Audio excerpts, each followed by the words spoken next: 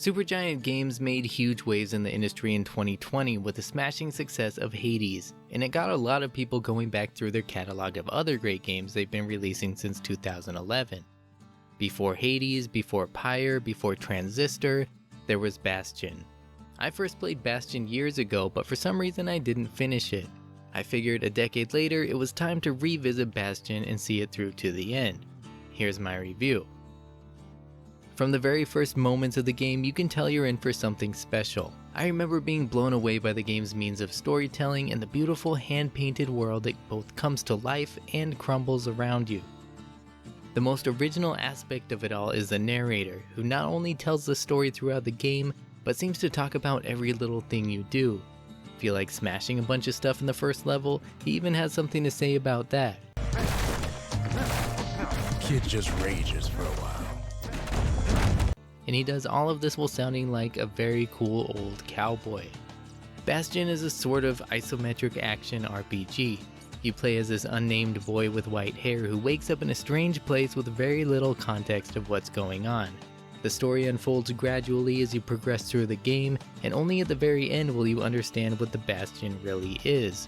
For now, all you know is that it's a floating island in the sky, a peaceful little place to set up camp in the wake of some catastrophic event called the Calamity that has left the world in ruins.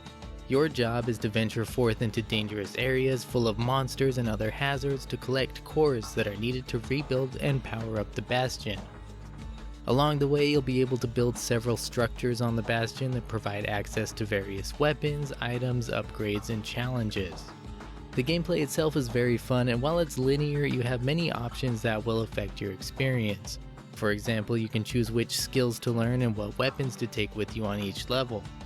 At any given time, you can equip 2 different weapons and 1 special ability. You start out with a basic hammer, which is a strong melee weapon, but also slow and doesn't have a long reach. You soon pick up a bow and arrow, which is a nice companion to the hammer as you can shoot foes and targets from across the screen. But then you'll acquire so many more weapons throughout the game, from rifles to flamethrowers, knives, spears, and more. Each has its own strengths and requires a different approach to combat.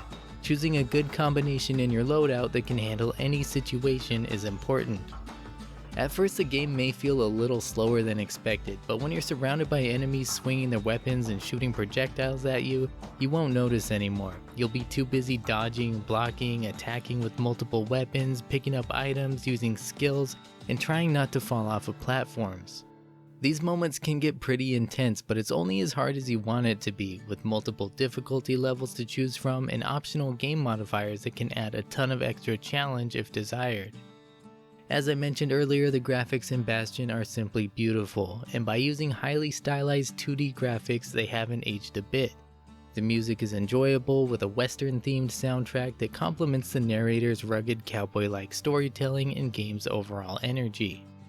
It's a relatively short story that can be completed in about 5 hours or so, but there's plenty of replayability. Once you finish it, you'll unlock the new Game Plus mode that lets you start over with all your previous weapons and experience intact. It also adds a number of new challenges and game modifiers in case you'd like to spice things up a bit. Plus, it might be worth playing multiple times just to see the different endings. Yes, there are multiple endings, and you'll have to make an important decision or two at the end of the game that can have huge consequences. All in all, I really loved this game. I loved the gameplay, the art, the story, the characters, and just about everything else. If you like action RPGs or just appreciate good art and storytelling in games, look no further than Bastion.